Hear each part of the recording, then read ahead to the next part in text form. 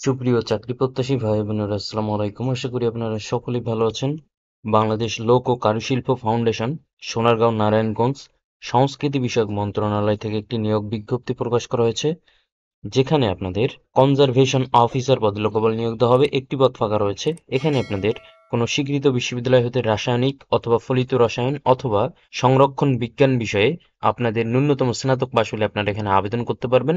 এখানে আপনাদের অবশ্যই থার্ড ক্লাস পাওয়া যাবে না, অবশ্যই সেকেন্ড ক্লাস অথবা ফার্স্ট ক্লাস পেলে আপনারা এখানে আবেদন করতে পারবেন। এখানে আপনারা সকল জেলার প্রার্থীরা আবেদন করতে পারবেন।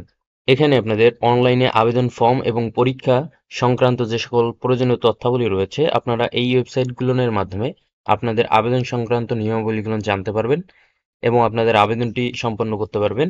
আপনাদের আবেদন শুরু হয়েছে 6 মে 2024 থেকে এবং আবেদন শেষ হবে 31 মে 2024 বিকাল 5 ঘটিকা পর্যন্ত।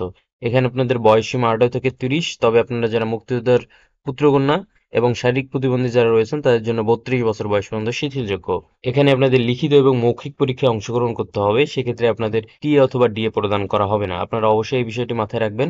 এছাড়াও আরো কিছু নিয়মাবলী এবং শর্তাবলী রয়েছে।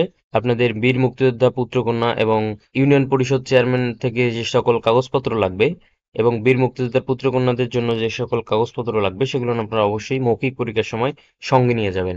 এছাড়াও আপনাদের নাগরিকত্ব সনদ, সকল সার্টিফিকেট অরিজিনাল এবং ফটোকপি সহ আপনাদেরকে মৌখিক পরীক্ষায় উপস্থিত হতে হবে। এখানে আপনাদের নিয়োগের বিষয়ে যে কোনো সিদ্ধান্ত কর্তৃপক্ষ কর্তৃক চূড়ান্ত বলে গণ্য হবে। আশা করি আপনারা বিষয়গুলো বুঝতে পেরেছেন।